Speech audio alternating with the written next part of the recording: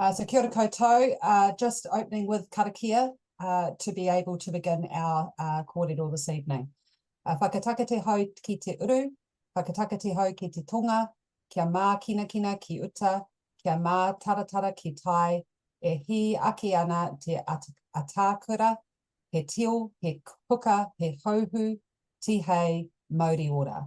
I thought that was particularly apt as it is a weather-related karakia, getting ready for the westerly and be prepared for the southerly.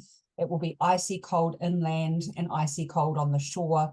May the dawn rise red-tipped on ice, on snow, on frost. So I thought that was quite apt for this evening.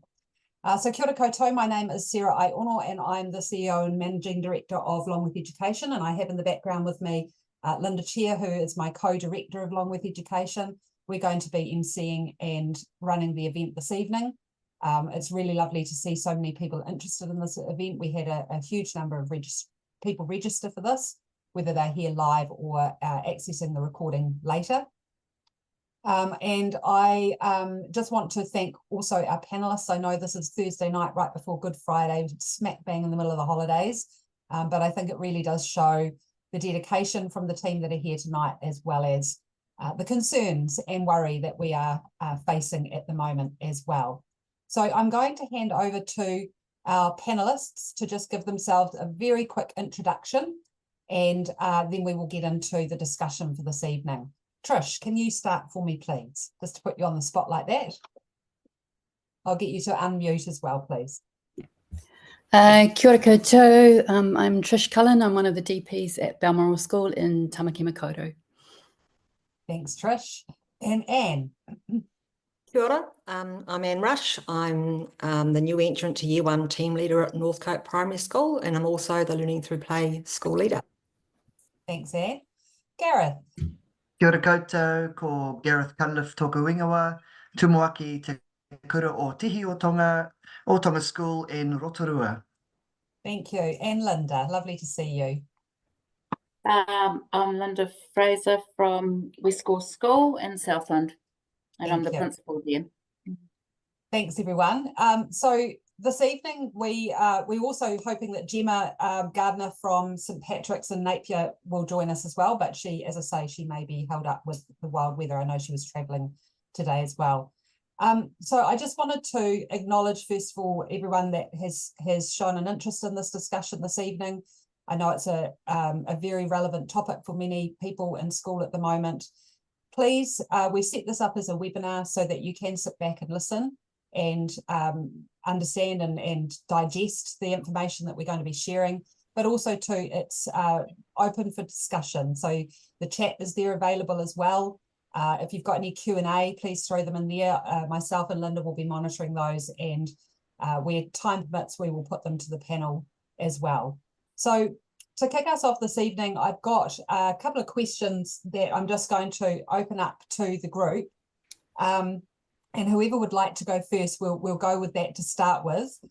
And then we'll see how the conversation goes from there. So the question, first of all, I have for you is, curriculum pressures have intensified in many schools recently. What specific shifts have you seen or felt in your context, and how have they affected classroom practice and decision making? Who would like to go first with that question? Anne, you look like you're ready to go. Well, in my school, it's pretty much been business as usual. There's been no expectation from senior leadership to change planning, change what we do, add ticky boxes to anything. There's probably just been a bit more discussion, general discussion about what's happening rather than any changes. Yeah, and you're in a school with amazing supportive leadership, and I guess too, a leadership that understands the interpretation of the legislation and the interpretation of the direction of the policies, and so are protecting, I suppose, teachers and students from any misinterpretation at the moment. Yeah, thank you. Trish, Gareth, Linda, anything to add? Same as you, Anne, business as usual. Just listening to all the talk out there, and not buying into too much of it from elsewhere. So just taking things. I mean, our strategic plan was set up two years ago. So we've got another year to go. That's a board mandate, and that's what we're doing. And beyond that, we possibly will be doing the same thing. So not many changes. Thank you. Trish, Linda? Yeah, I think exactly the same for us. The only thing is, as Anne said, there's a lot more talk among teachers. You know, they're hearing all of the things, but no, it hasn't changed anything at the moment for us. Linda, for you? No, and neither for us either, actually. I guess being principal, it helps to be able to maintain that strong direction, but our board in particular, I think, have been really strong around that this is what we do. We're focusing our attention very much around our literacy. We know we need to lift that. And yeah, I think we're just carrying on as we were in terms of all our play, possibly a little less integration. I think we've gone through a phase where we've had our play integrated much more strongly into our literacy, and I think I'm happy with that we need to come back and make sure that we have that strong foundation around our literacy. But in terms of our play and our skills for growing, we're charging on and happy with that. And Yeah. I think our parents are too, actually. Yeah, so just want to pick up on that because, you know, there is the elephant in the room around the mandated hour a day of literacy and numeracy. And for those that are joining us with this webinar, the schools that are here tonight, represented here tonight, are all schools that really are involved in quite innovative practice. So they are certainly not what I would call traditional schools by any means. They are schools that have been really trying innovative and future-focused, you know, integrated, exciting programs for their students. And so when we have the pressure of the 1 hour a day of literacy and numeracy, I think really, you know, there is the possibility that schools may change that approach because of that mandate. So with those mandates in mind, I know that all of you are doing some form or have done some form of literacy PD, numeracy PD, to understand, first of all, what's being asked of you. So this is not you not doing any of this, but this is you navigating what's realistic around the expectations. Would that be fair to say? Yeah. So what does that look like in terms of an average day for your students, say, let's say in the junior area to start with? Who wants to go? I'm throwing it open to you. Okay. Well, if you're integrating your curriculum, you're doing 5 hours a day, and that's what we say at the top of our implementation plan. So we took this to the teachers a year ago, Sarah, and we said, well, what does that actually look like in your learning environments? So we did a year 1, 2, a year 3, 4, and a year 5, 6. To break down exactly what our day looks. So typically the teachers will either do their structured literacy in the morning, where they have their 15 minutes short, sharp. We use sunshine books, while the others are doing activities at their tables or something set up, either an invitation or something that they have to do. That is really well planned. We're talking about the junior classrooms. We have a little crunch and sip time. We'll come back together on the mat. Obviously, at the start of the day, we'll have a mat time, just like we usually would do, except when they go back to the tables, they're not given worksheets and another worksheet and another more difficult worksheet. They're actually doing things with their hands. So just for a start, that's why we can say we do it 5 hours a day, because those little ones are talking all the time, no matter where they are. I always say to the parents, you know, if they do have concerns or anything, and I've learned to be a little bit more concise with my replies, and I don't spend 2 hours with them anymore. I say, what would you rather? Would you rather your children sit with the teacher and spend an hour and a half with the teacher getting drilled, or everyone on the mat, or with you know, when they finish, then you get a worksheet, they get another worksheet, or would you like a short, sharp, structured literacy lesson about whatever the word of the day, the letter of the day is, and then they're doing something that they're fully engaged in, and they're doing a little bit of a whatever the fact may be. They're responding to the text, they're building something, they're making something. So that's basically what ours looks like. So we're probably doing way more than 1 hour a day, and we're quite cheeky. We put 5 hours a day on our implementation plan. Have a look on the website, it says 5 hours a day. I'll stop there. Thanks, Gareth. Anyone else to add to that? Yeah, Yes. I think for us in our the junior area of our school, I think I agree with Gareth. There's way more than 1 hour a day of literacy happening. But so our children to year 2 play for that first block of time, and the teachers are involved in that play. There will be teachers taking groups out occasionally, but the teachers are very much in there. And with any play program, there's a huge amount of oral literacy, obviously, but there's a massive amount of reading and writing that goes on with that as well. And then towards morning tea, they go into a phonics session, and then after morning tea, the children continue playing, but the teachers extract reading groups and writing groups. So yeah, way more than 1 hour a day, but way more than an average of 1 hour a day, which is actually what the wording is as well. Yeah. But yeah, so And lots. I've got that to show as well, so, just to reiterate that. Linda or Anne, anything to add to that? Not particularly, apart from what Gareth said about having short, sharp sessions across the day. Our children, as with theirs, play across the day. We don't do worksheets. It would have to be something very specific and very, very targeted to warrant doing a worksheet. Just seems to flow across the day. I don't, I'm speaking for my team, the new entrant to year 1 team. I don't have we don't have a set timetable, say in the morning everyone has to do literacy or whatever. It just flows across the day. It's as long as it's noted in their planning when they do things, that's perfectly fine with me, because I have complete confidence that they're doing a fabulous job. Thanks, Anne. Yeah, Linda, anything from you? I guess we've come from what's being described into a much more structured environment, and even probably more structured around particularly our literacy. We've got a very young team of teachers, and so I guess that's a bit needs-based, really.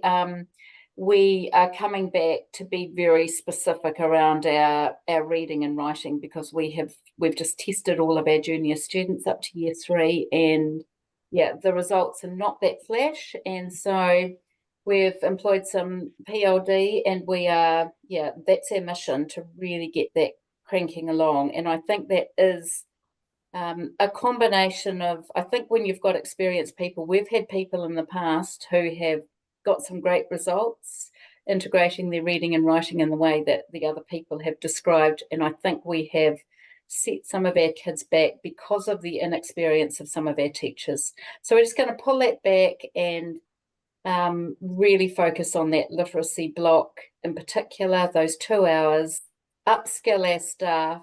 But our afternoon program is all our play, and like everyone else, you can't take out oral language, you can't take out reading, writing, researching, all of those things. So there's bulk of literacy and maths in the afternoon program as well. Yeah, so Yeah, I think and I feel quite at peace with that too, actually. It just felt, I knew that our kids were not getting off to that good start, and I think that is just around focusing our teachers. So I think, another couple of years of some really, really good professional development around our literacy, I think we might be in a position again to be able to integrate that much more loosely. Yeah, I think you raise a really good point around this being about the skill of the teacher to know how to deliver literacy and numeracy in an integrated, targeted way, and find that balance between the need for explicit instruction, which is important, along with those moments where we can let children lead and have that level of inquiry and self-discovery as well.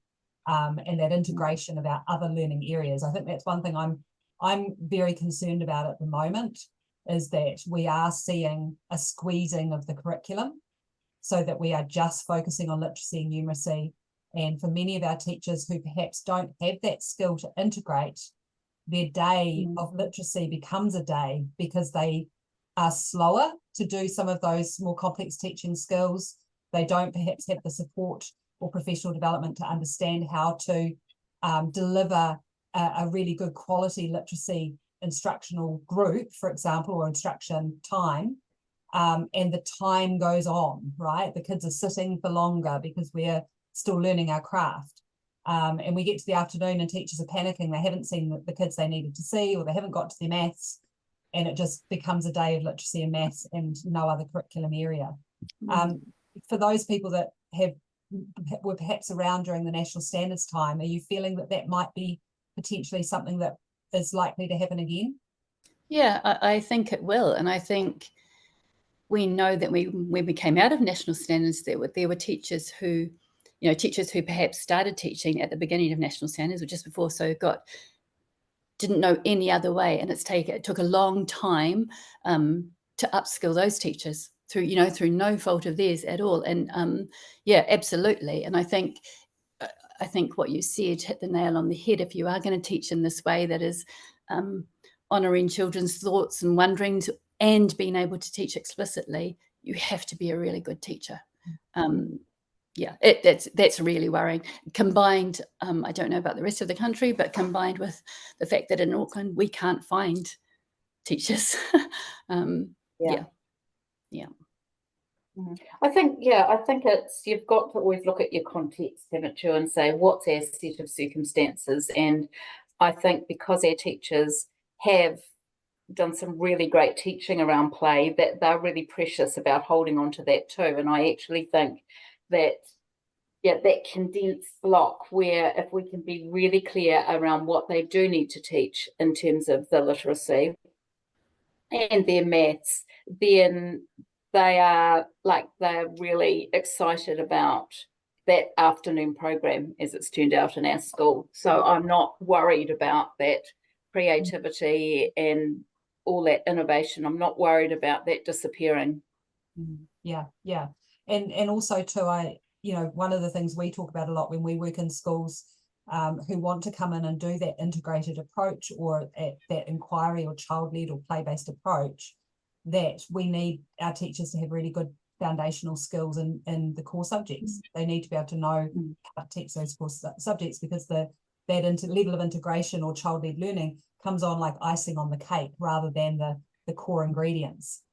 So I think it's really important that when we're looking at this tension between mandated time and time to be able to integrate other areas of the curriculum, it's not the time itself that's the issue, it's the quality of the instruction during that time, and the ability of the teacher to be able to teach in a really complex way. So in terms of real life stories here, because we are talking about this tension, and it may be that at the moment for all of you, you're not necessarily feeling that tension, maybe from your board or from your staff, but are you feeling any tension from parents? Any examples where you've kind of had to push back a little bit or start to explain a bit more about your approach? I haven't, not particularly, as I said earlier, but I've had a number of teachers contact me privately. They're feeling this real tension and they're actually not sure what to do, asking for advice about how to integrate, how to cover the curriculum and all that kind of thing. Yeah, and that mirrors with the many teachers that we're working with as well. Yeah. Gareth, you were nodding there before. I think that used to happen a lot more from parents and teachers. We don't get it as much, but it always does happen, So what do I tell this parent when they ask which maths workbooks we've ordered? Well, we haven't actually, because nobody teaches maths out of a textbook, and there are way more interesting maths resources that we do have at school. The only thing we ordered was Numicon, and they're still sitting in a box somewhere. I think it's in the boiler room. But when we get there, we'll get there. And the only reason, you laugh, but the only reason we ordered Numicon is because the school had used Numicon before. So there are some teachers with that pedagogical knowledge. So we do get a few curly questions and things, but I've learned now to be a little bit more concise with my my answer. And it's always going to be the case. You're never going to make everyone happy. And the fact that we don't justify what we do now, people just know what we do. So yes, Sarah, that's probably the biggest one, is what textbooks are we ordering, what books are we ordering? And we just say, well, we don't actually need any, because I'll take you to the resource room and I'll show you exactly what we've got. And we've got resources coming out of our ears. We're very lucky, as well as workbooks and textbooks if the teacher wants to refer to them.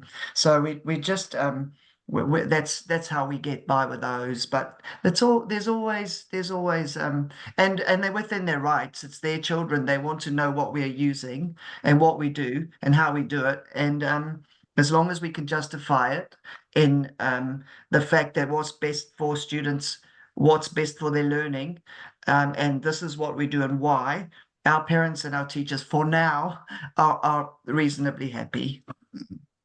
Yeah, thank you. Anyone else like to add to that, Trish, Linda? We haven't had pushback really, but I think we're pretty, we front foot a lot of things. So, we use our newsletter to talk about things that are happening. And I think maybe that helps for parents, Yeah. I've seen, and Trisha shared me an example of her latest newsletter, and Malcolm, the Tumuaki there, was a fantastic explanation around some of the decisions that Balmoral School are making, which as a parent, if I was reading that, I'd be quite satisfied that my child's learning was in good hands. So I think from what I'm hearing is a lot of it is getting ahead of the parents and getting and explaining the why to them. Linda, how about you? For your community? Yeah, no, we haven't. We've probably had less chat about all of this really than we have probably a few years ago. I think that I think there's a school in our area that's made a big song and dance about their structured literacy and how amazing they're doing that. And I mean, all I'm saying at parent evenings and new entrant open days and things is, yep, we're doing this too. These are the things we're using. I think the thing that has really hooked people in is our environment, which is pretty nice. And I think that particularly for those new entrant families, I think they see that beautiful transition from ECE into school, and then we talk about the structure.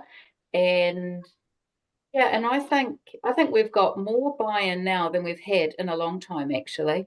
And I think for me, I'm a bit of I'm smiling at you, Gareth, saying I don't give them a 2-hour lecture. I think actually I still need to refine how I talk about this, but less is best, actually. Sometimes I'm almost putting doubt in people's minds by my over explaining and over justifying.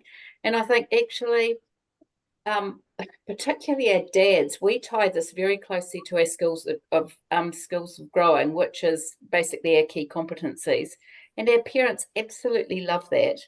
And they see how those things so naturally fit into the curriculum areas. And I feel like I think parents in our community have got bigger fish to fry, actually. I think their kids come home happy, they're reading, they're writing, they're doing exciting things. Every day there's just piles of stuff going out. There were 2 mums backing in their cars to collect things at the end of term that the kids had made and talking about how creative their kids were.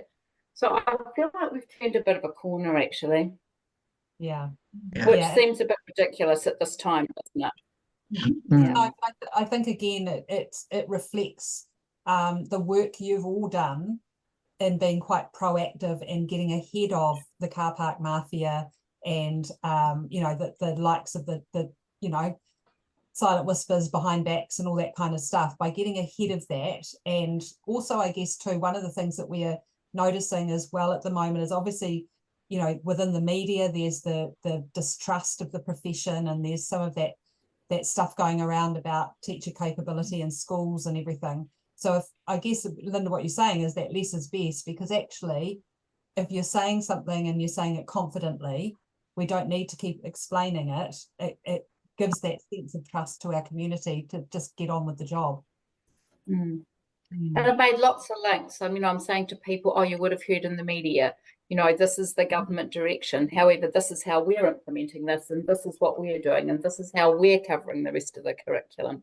And I think, yeah, I've definitely caused doubt in the past, and I feel I need to get some much better language around how I explain, and we need to get some written dialogue for people simply in our, we don't have good documentation on our website and in our school enrollment things, and that's my next step, and that will be less as well. Yeah.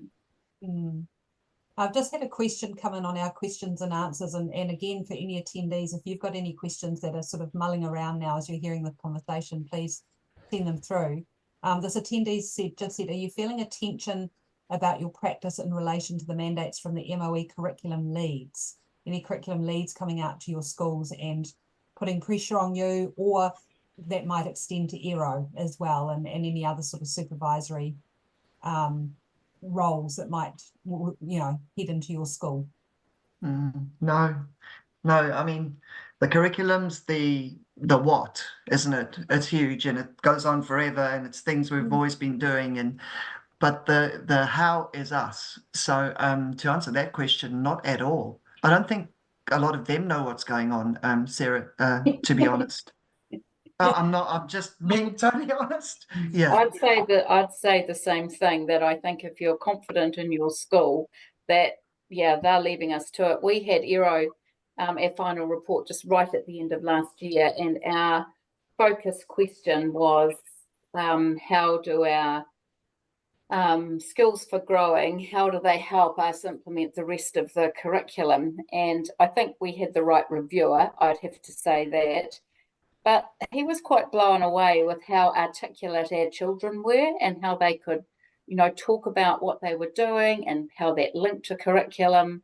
And like, yeah, it was fab. We were very happy with how they responded to that.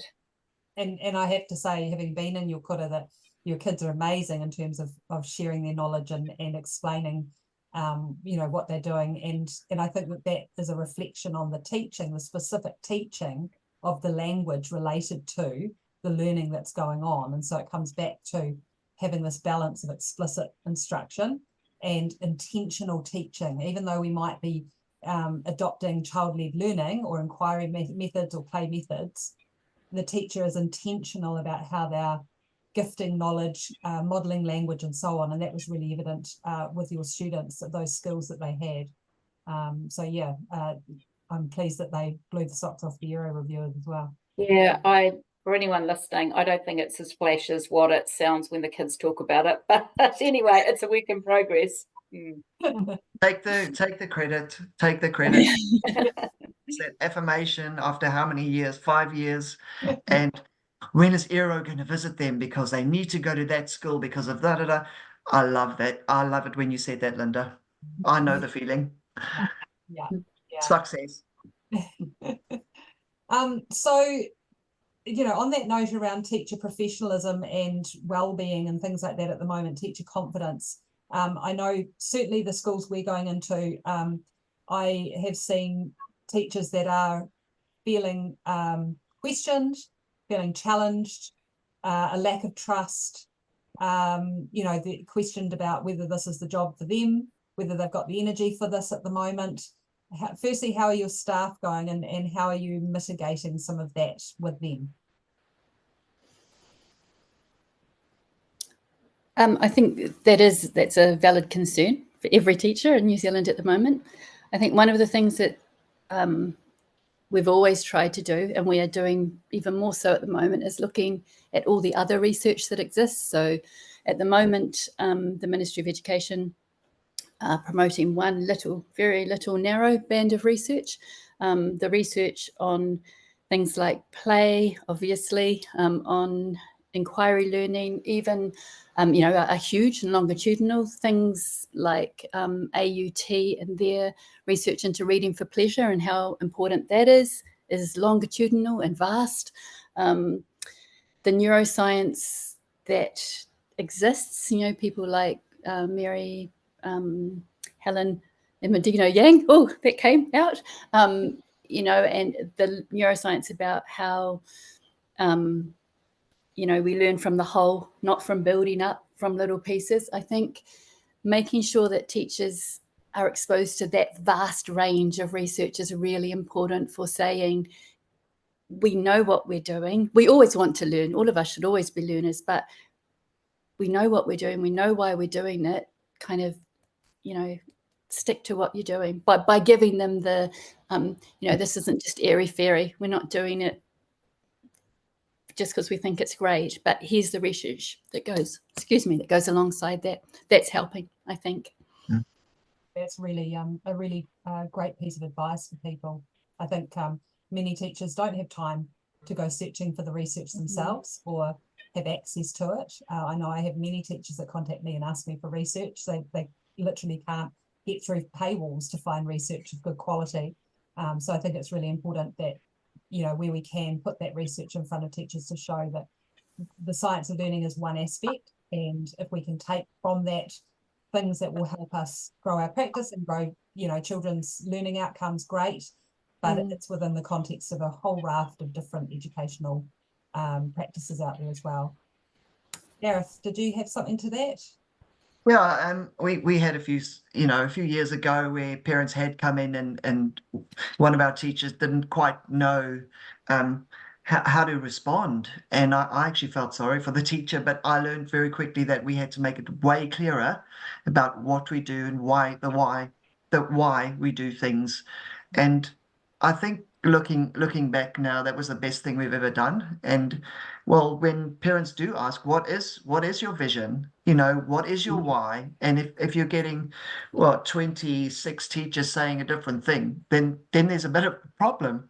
Going forward, another 3 years, 5 years later, if a parent had to come to a teacher and ask a teacher at our school what we do and why, or why we do it, that it would be no problem whatsoever, because we've worked on exactly what you said, Trish. We've worked on the research, a lot of the PD. It's not by any means perfect, but our teachers feel a little bit more confident when parents do come at them if they had to. Yeah. Yeah. And Linda, anything to add to that? No, I think just working as a team and developing it as a team and keep coming back, to the why and the how, so that it's really clear to everyone. And now even around recruiting, it's a little risky, isn't it, when you've got one person applying for a job? But I do say to people, this is our philosophy, this is what we're doing. I make sure I can be as explicit as I can even before hiring. And I basically just say to them, this is what we're doing. I'm not fighting you around this. If this doesn't feel right and that's something that you could adopt, then maybe this isn't the school for you. And that's taken me a wee while to get brave enough to do that. But I think it pays off, because then they know. Yeah. So not just accepting anyone, but making sure we've got people that align with what it is that you're doing. Yeah, when you've got one applicant, it's a bit tricky, but a bit of diplomatic chat around that. And did you have anything to add? Well, pretty much from the coalface. I mean, I met with every single parent in my class at the end of this term, and same at the end of 2024. And parents are just they just want to know their children are happy, they're engaged, and they're learning. And I always explain the why and how we are learning through play drives our teaching and learning. I've never had a parent say, why do you do that? They can see their children are making progress. It's there for them. And they're so engaged. Yeah. Happy kids learn, don't they? Yeah. I've got another question here from another attendee, and this is focusing on because I'm conscious we've been talking about the junior end of the school and early years. So this is our year 7 and 8. The question is just wondering how you're ensuring your year 7 and 8 students are prepared for the transition to high school. So I know, Trish, you've got year 7 8s. Yep. Yeah. I think we're carrying on with what we've always done, and that for us is very much making sure that if we just think about literacy for a moment, that the context for literacy comes from our inquiry learning. So that's driven by what the children want to know about the world, you know, backed by the curriculum, obviously. If you have that context and content solid, and the children are engaged in it, then the literacy that they need to do comes naturally off that. And because they're engaged in it, they're learning, and therefore they're prepared for high school. Sorry, that's a bit glossing over it, but they're engaged. So yeah, I don't know what else there is to say really about it. I wonder, you know, we were to have Gemma here tonight, who also deals with year 7 and 8. But one of the things that I think is important is that we do often focus on having them, you know, at a stage for literacy and numeracy that means that they are able to access the curriculum at high school level. We know that that's not necessarily true for many of our students that go through. We don't have children all working at the level that we would expect them to be at. So obviously there needs to be supports in place, not only for our children who are not achieving, but also for our children who need that enrichment as well. And we run the risk of not addressing their needs with the current system around, you know, teaching to the year level. But we also need to think about the really formative stage that this is in terms of identity and self-awareness and emotional regulation and all the rest. And you know, having had kids go through that stage of life, and I can remember that wasn't that long ago for me as well, I think, it's a really fraught time as a young person. And then you have this massive transition. Many of our kids are going into really big environments from small environments. So actually the preparedness should really focus in on making sure we've got confident, capable, articulate kids who are engaged and see themselves as learners. And who are still curious about the world, you know. And I think if you're 11 and 12 and 13 at the moment, how terrifying. The world is terrifying for us. So I think that's it in a nutshell. We have to keep them engaged.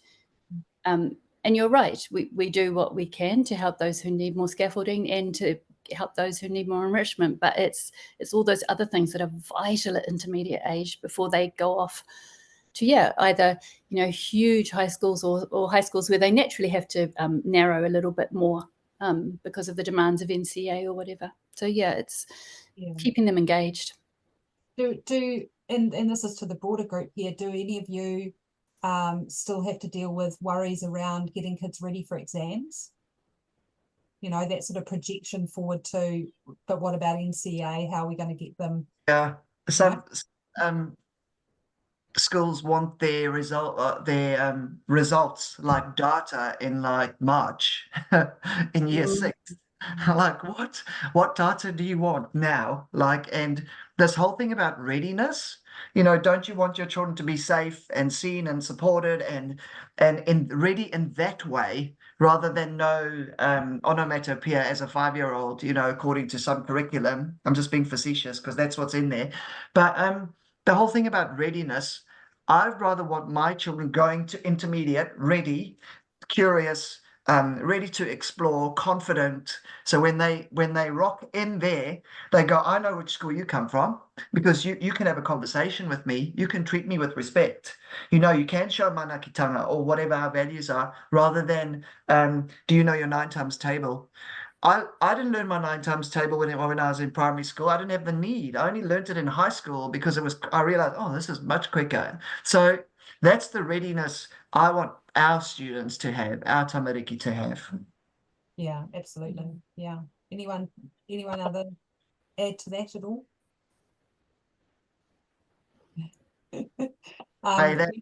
Sorry, that world, especially that world of social media, if you don't know how to navigate that, as you've seen with a movie that's out, right, and I was like, oh my gosh, if you know, and there were some strong messages about schools in that movie if you watched really carefully. I won't mention any names of movies, but if you haven't seen it, very, very daunting. And I think that's a good point when we're thinking, coming back around to literacy skills again as well. We're talking not just reading and writing skills here, we're talking emotional literacy, social flexibility, we're talking about maturity, critical thinking, problem solving, all of those higher order thinking skills that are particularly relevant for our adolescents navigating a world with social media in it. Yeah. I think one of the challenges for our children is that our high school, it was really interesting when the principal and a little panel of kids came, and our kids were saying, oh, you know, what about learning through play, and will we be able to make a pump track for our our junior college, and I think we need this and that. And she was looking at me going, wow, you know, so their expectation was far in excess and far different than what the school was offering. And that's some of the conversation that I have with parents now, that, you know, one parent recently said to me, these kids are being taken backwards from what they've achieved, you know, just by how they've been able to be, particularly around their skills for growing of creativity and initiative, and, you know, just being able to pose a project and get on with it. So, yeah, that's an interesting thing for me to, and even some of our kids, they come back and they go, oh, it's so boring, you know, we have to do this, the teacher tells us what to do. So, you know, and we've had a staff conversation about that, and you know, some staff are saying, oh, well, that's not our problem. And I said, well, it isn't, but it actually is, isn't it? It's almost like we need to teach them some diplomacy of how they manage themselves around those situations. So either that or activism, they can become activists, and you'll see them with play cards out the front of the school. Yeah, exactly. That's what I'm worried about. I'll get thrown out of town. I think when a lot of schools say that when the children have learning through play as 5-year-olds and they move through the school, and I'm sure you've seen that, but by the time they get to year 6 or year 7 or even beyond that, they're very, very confident. Yes. And they do have a lot of those social skills and those personal skills that mean that they're going to cope when they go to high school, no matter what, really. Yeah. But when those opportunities aren't matched, that's hard, isn't it? Yeah, it is. And so maybe the question is not so much, you know, very similar to, I think, what's been around for a while now, this readiness for school. When our 5-year-olds turn up at school, what about the readiness of high school for our students coming through instead? Why is it that our students have to be, you know, I suppose, assimilated into that culture? Why can't we have, high schools look to change as well? Yeah. And I think, to be fair, our local high school principal, particularly in the junior campus, she said, you know, she's great, and she's saying, actually, this is what we aspire to, but, you know, she's got a massive challenge ahead with departments and breaking some of that down. That's not a quick fix. So no, the high schools are a big beast as well. We've just got another question. Absolutely. Another question here, and I'm smiling because I think I'll know the answer to this. What do you think about going from a broad curriculum you offer at your schools to textbook teaching that is being pushed? Who'd like to take that one? No comment. Maybe that's the safest. No comment.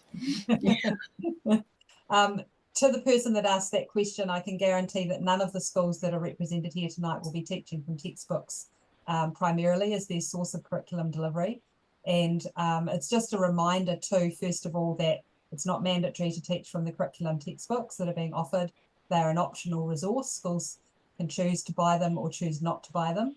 And just a little soapbox message from me, because I take the opportunity wherever I can to make it very, very, very clear, there is no such thing as structured maths. Structured maths does not exist. There is no research to support it, and it is not a thing. And so we have to be very careful when we're looking at the maths that is being pushed at the moment, that just because maths has been put together in a book with pages and itemized themes and all the rest does not make it an evidence-based pedagogical approach. So I think as professionals who know how our children learn and know what their needs are, we have to be very critical and use the resources that we have on hand in a way that supports our learners and their needs. If that means that there's a bit in a book that you can pull out and say, hey, yeah, here's an example, you know, you might like to work on this and that might make more sense, great. But we have to be very careful not to be teaching to the textbook. Yeah. I've put my neck out now, so you're all safe. So if there's anything you want to add to that, I'll be the one that gets shot. I can add a little bit. I'm just like, if you truly are listening to what the children are asking about, then you can't teach them a textbook because there's no relation to it. There you go. That's just a little backup, Sarah. Thank you. And just to add to that too, that in the education systems around the world where we have textbook teaching, there are not good outcomes for learners from textbook teaching. And there's certainly not good workforce or work satisfaction from teachers either, certainly not the good teachers anyway that we want to have in front of kids. And I think probably you've got the best example at the moment that's happening in America about what happens when we have a system that boils down to really an average form of curriculum delivery. So we can see what happens when some people get taught through the textbook and rather than having critical thinking and independent thought going on. Yeah. Lovely question here from Christina saying, how freeing is it to not have to teach to the test? So for those people that, you know, this is perhaps not so much our junior kids, although I am aware that there are some systems out there that have children that are tested as young as 6. But it's if we're talking about the profession of teaching being both a science and an art, then it's a lovely freeing experience to be able to not have to worry about teaching to a test. I think, you know, within that, we still use PAT. We do PAT twice a year. We are formatively assessing all the time. So it's you know, it's not that we don't test children. We know where children are, but we use the things that are helpful for us and that are going to inform us as teachers about where the next steps are for children. So yeah, those things still exist. Testing still exists. Assessing still exists in a play and inquiry and philosophy based curriculum, but they're used to help rather than, you know, be a one-off finding out where children are. My question is, why would people think that we don't assess? Well, I think we've had a very good media campaign that has perhaps challenged the idea that teachers don't know what they're doing and that we have someone that's come in and can fix it all for us. And that's just not true. You know, we know that teachers are using all forms of assessment to be able to guide the decisions they make in the classroom around their learners' needs. I think, I mean, I've had another comment on from that, just saying, you know, the fear is that there will be a test to teach to, and that, you know, potentially we've got the, you know, this idea of standardized testing and all the rest coming in.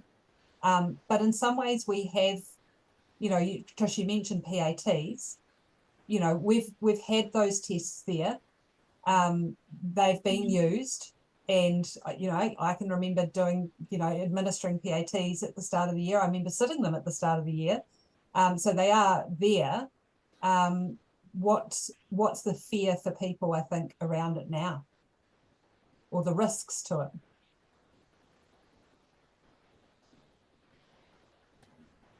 It would be high stakes. It would be that test makes you pass or fail.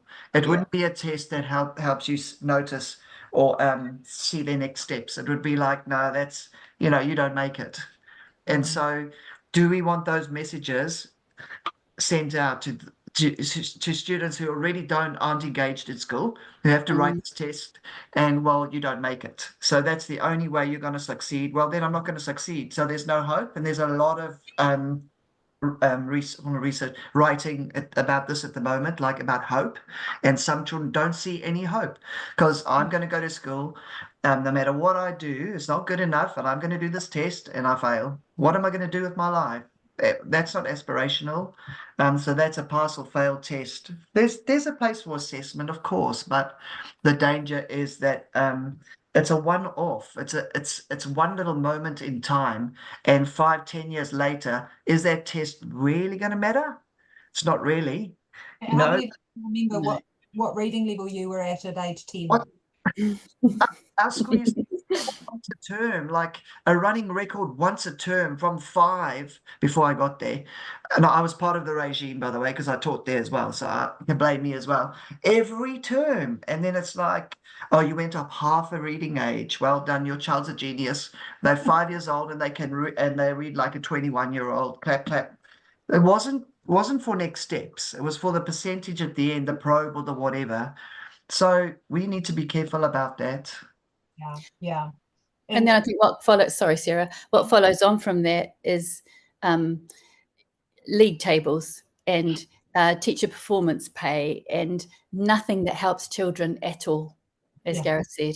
So, you know, it's the other things that come from that. We've got two different systems going on here. We've got reporting and we've got assessment.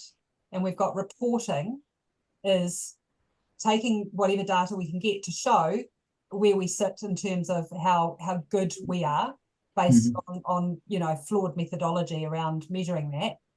But then we've got assessment, which is what good teachers do to respond to their students' needs and change what they do to meet the need of the child. I've got a question here around navigating the twice yearly reporting. How are you navigating the twice yearly reporting when the MOE standardised test has not been issued yet? And how much impact do you think that test, once it arrives, might have on schools' practice? Yeah, right now we're looking at, we've just created a report that's around dispositions. It doesn't have any labelling. It's, around attitudinal disposition type comments, a tick box thing, which we've never done, with a general comment and a couple of learning story, our learning stories as we normally do. And we've been grappling with this. I've rung all sorts of people. At the moment, have got our Southland principals. I've been talking with the ministry, and I've said to them and our Otago Southland new manager, I've said, this is your responsibility to put this information out to parents around what the government is saying around reporting. And he's going, oh, yes. And then our Southland person. So our local principals association are going to put that out at Southland wide. We've got a meeting in a couple of weeks and we'll make a statement for all schools. I feel quite strongly that this isn't individual schools, that the government should have put that out. So we'll do that as a collective, and then there's quite a few of us that have come up with this disposition type reporting, which I think, you can't report on something that's non-existent. We can't report on the old curriculum because we're not teaching that. You can't report on the new curriculum. We've done 5 minutes of that. That's not fair on teachers, parents, kids, anyone. So, so I think I feel quite comfortable with where we've come to. I don't know what parents will think about it.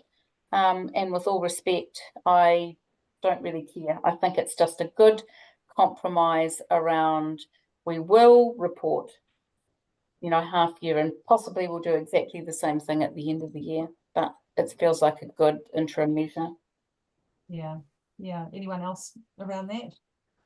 We've just switched over to Hero, so it has all the goals and everything, and so we've taken it really quite easy. We used to use PACT. We used to PACT every child twice a year, mid-year, end of the year.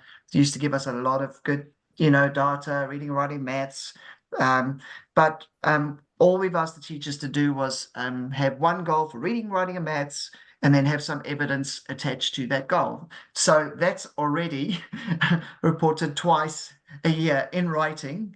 So the evidence is video, is photo. It is very similar to a learning story, like Linda, you were mentioning learning stories. Nothing much has changed for us. We've always done real-time reporting anyway. We used to have progress plans. We moved away from a formal report mid-year, end of the year, because I got handed 540 reports that I had to sign when I first started. I was like, what is this? And then you could see they were all kind of copied and pasted because it was he for a she, and it was terrible. I had to go through the whole lot. And we've done real-time reporting, and we embrace our dispositions and our values, and we'll just take it really easy, and we're not changing much. We're actually making it easier because we're trying to work a little bit smarter. Less is more. Yeah. Anyone else? We're sticking, and in fact, the group of schools around us are sticking with what we've always done, because there are no guidelines from the ministry on what we should be doing. So until there are, we'll do what we're doing. Yeah. I've had just a comment rather than a question, which I think you'll all love, is can't use standardized testing when our children don't have standardized minds. So thank you for that one. That's absolutely correct. And I think that just looking at the time, I think this will probably be a lovely question to finish on, because hopefully it helps those attending to have a really good think about the position they're in at the moment and what may or may not lie ahead. This person says, I think what you're all saying is 100% accurate, but that is not the minister's view. So what are you prepared to do to challenge it? Come on a program in the middle of the holidays for a start and have a main session. I think we're prepared to. Sorry, No, Anne? sorry. So Anne, was that you? I said I'm not too worried, actually. We're just doing what we're doing, and yeah, I mean, there's no direction being given. There's no actual directives. Whatever our minister's saying, he needs to front up with something really specific for us to follow. Yeah, I think, Yeah. yeah. Oh, no, you go, Sarah. Well, I just think that, you know, what you're saying, Linda, is at the moment there's communication through media, there's communication through ministry channels or lack of, and there's the interpretation of all of that on our practice. And I think that that's something that we need to keep in mind. I know, you know, as a teacher in schools, you hear these things, again, you don't have time to go and look at the origin source of the information.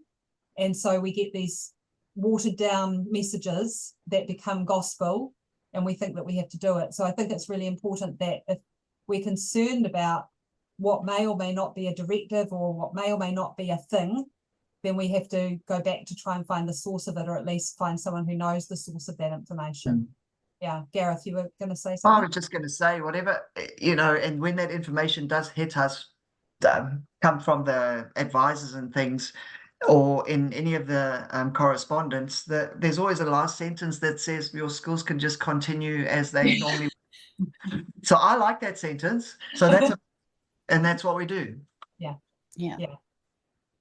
Trish or Anne, anything to add?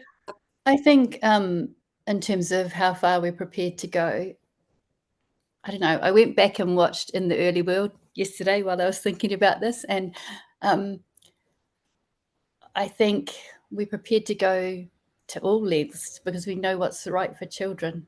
It sounds very arrogant. I don't mean we know, you know, but we know that children being curious and confident and connected and valuing diversity and all of those things is what's important. So we do what we need to make sure that the children don't miss out while all this nonsense is going on. You know, what nonsense in terms of, sorry, I'll just qualify that, nonsense in terms of no directives or, you know, mixed messages or all of those things. We know the nonsense you're talking about. Yeah. Anne. I was just going to say, in terms of directives and people from the ministry telling us what we should be doing, I would really welcome any of those people to come to my class for a week and show me how to do it. Yeah. Yeah, and I think there's a lot of noise, but I really do not think I've been like, while I sound like I'm quite radical, I'm actually not. I'm actually quite compliant and I don't want to do the wrong thing. But they don't have the answers. You know, I had the director of education for Otago and Southland sitting in my office a few days ago, and I was firing all these questions at him, and he is looking quite bamboozled. And yeah, I said, right, well, this is what I think we're going to do, and we'll get a statement written. And I said, I think that'd be great if you did that, David. And he said, oh, well, yes, well, maybe. And I said, oh, well, you know, we need this out to our parents in a few weeks' time. So I will, you know, we will write something from our local principals and I will send that to them. I do not think they have got any clarity at all, would be my take. Yeah, that's certainly my take on it as well. And just to finish up, we've got a couple of comments here saying, obviously we, you know, potentially the minister would like us to fail so that they can push more privatisation and use it against us as you go into bargaining this year as well, which is also in the mix for 2025. I think in answer to that previous question as well, one of the things that I'm saying a lot to anyone, again, apart from my structured maths soapbox, is, you know, come back to your teacher's code of conduct, your ethics. And it's, to me, it's a little bit like a doctor who has that ethical obligation to the care of their patients. We have an obligation to the care of our children that we're responsible for teaching. And we know that we need to be addressing their learning in developmentally appropriate ways. That's informed by all the many theories that are out there about how children learn. But ultimately, too, we want our children to be happy at school and engaged and motivated in learning. And if we're adopting practices that kill that, then we're not operating ethically as teachers. And I think it really does come down to that ethical compass, as well as our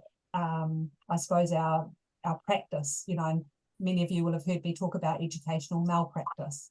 And many of the policies at the moment that are put in place is a malpractice. In terms of our children's whole being, their whole learning. So, you know, that's just something to have as your barometer, I guess, when you're thinking about the practices that you're putting in place. Is this ethical for the learning outcomes for our children, for their whole development?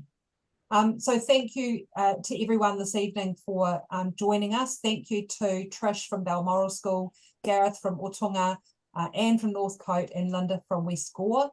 Really appreciate you coming on the eve of the Easter holidays, and, you know, in the midst of wild weather around the country.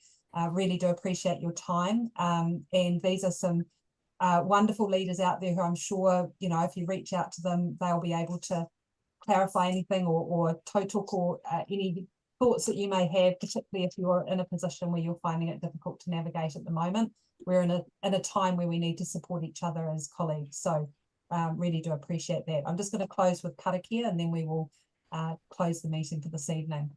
Kia tau ngā manaakitanga a te mea ngaro, ki runga ki tēnā, ki tēnā o tātou, kia mahia te hua mā kihikihi, kia toi te kupu, toi te mana, toi te aroha, toi te reo Māori, kia tūturu, ka whakamaua, kia tīna, hui e, tai ki e. Kia ora everyone, thank you so much for joining us this evening. Really appreciate it. Good.